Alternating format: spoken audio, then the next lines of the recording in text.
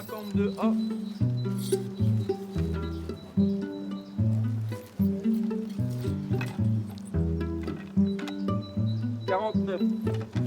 L'ensemble des arbres, c'est une société. Et une société qui s'aide et qui s'entraide ou qui se concurrence. Donc ils cherchent à tirer la lumière, ils cherchent à tirer l'eau et les éléments minéraux.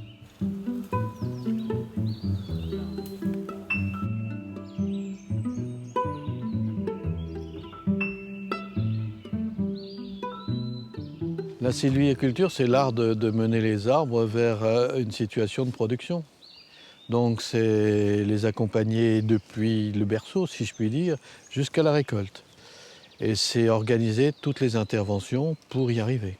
Une plantation ou une régénération naturelle, les petits semis, ils ont besoin d'être accompagnés. Il faut pouvoir leur donner de la lumière. Donc ça veut dire qu'il faut intervenir avec des serpes, des croissants, des choses comme ça.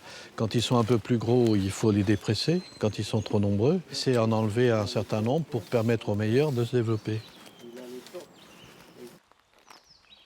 Toutes les parcelles sont parcourues en martelage, donc avec le marteau, le compas et puis une bombe de peinture pour le repérage plus facile par nos acheteurs qui viennent visiter les coupes.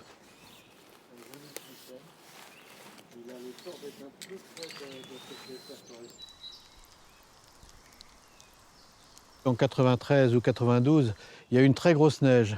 Et c'est ce petit paquet-là, à l'époque, qui faisait 6 mètres de haut ou 7 mètres de haut, ils étaient tous reliés entre eux par le chèvrefeuille. La neige de 50 cm a tout plié et il a fallu les redresser. Et ça a pas mal réussi. Et voilà, ils ont un petit copain là qui a le même âge. Et le petit copain, c'est un chêne rouge. Ça montre bien la différence qu'il a, c'est phénoménal. Hein. Comme ils étaient relativement longs et fragiles, susceptibles de se plier ou de se casser avec le vent, on l'avait gardé un peu en protecteur. Maintenant, en protecteur, il devient concurrent sévère. Donc on ne va pas tarder à l'enlever.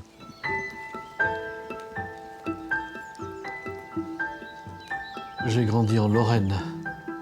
Je suis lorrain pure souche. L'arrivée des plus anciens, c'est 1650. C'est vrai que j'aimais me balader tout gamin, j'étais en forêt, moi. Après des études secondaires à Metz, je suis entré à l'école agronomique de Nancy. Donc je suis ingénieur agronome. Et j'ai fait une spécialisation forêt, puisque je suis ingénieur civil de l'École nationale du génie rural des eaux et des forêts.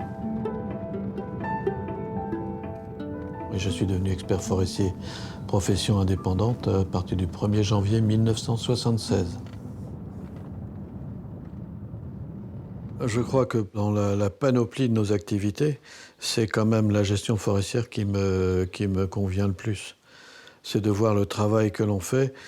Ça se voit relativement vite. Au bout de 5 à 10 ans, on voit déjà les effets de ce qu'on a pu décider 5 ou 10 ans avant. Et ça, la forêt réagit beaucoup plus vite qu'on ne pense. Et ça, c'est passionnant. Et donc organiser un petit peu la forêt pour qu'elle puisse rendre au maximum dans le sens de l'économie, mais aussi dans le sens des autres fonctions, sociales bien sûr, écologiques surtout, c'est quelque chose qui m'a passionné, moi.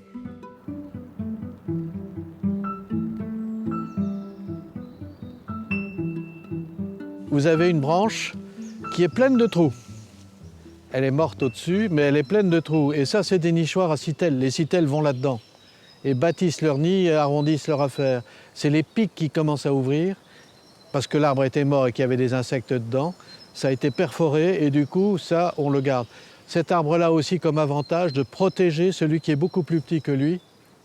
Vous isolez un arbre de manière brutale, c'est comme si vous sortiez en hiver en chemise ou en maillot de corps dehors. Vous avez un choc. Ben, ces arbres-là, c'est pareil.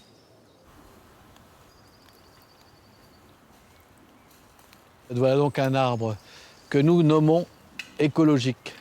Et on le conserve à cause de l'arrachage de branches qu'il a eu là-haut, qui lui a occasionné une blessure, où les champignons se développent et où les oiseaux vont pouvoir venir s'installer rapidement.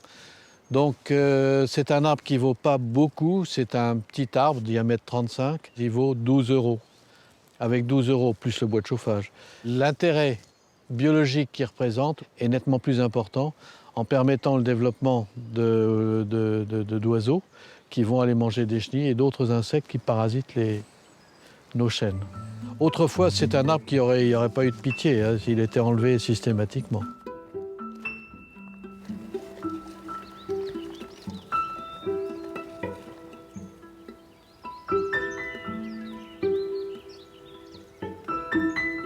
Dans la famille, il y a 5 enfants. Bon, il y en a quelques-uns qui ont voulu suivre. Bon. Je suis expert forestier également depuis 7 à 8 ans maintenant.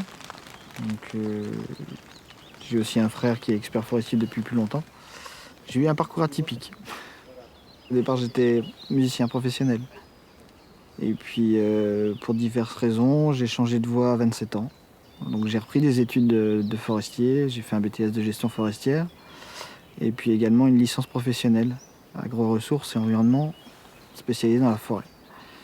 Et donc, c'était un virement assez naturel, puisque je vais quand même en forêt depuis l'âge de 14 ans à peu près.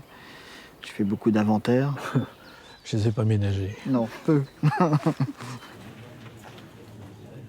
Également une offre au bureau.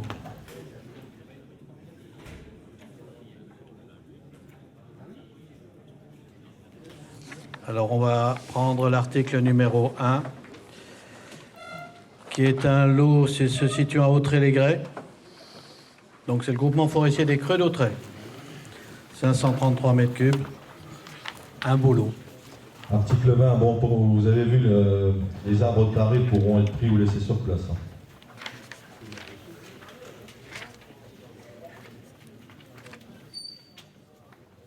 Cyril Faltan, 45 890. Marguerite Elie-Fontaine, 51 168, auquel nous vendons le lot.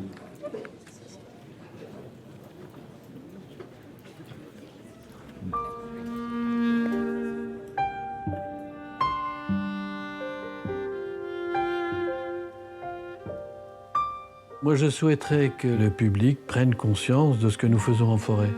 Et pour cela, il serait hautement souhaitable qu'ils s'intéressent à ce que nous faisons et qu'ils viennent apprendre la forêt.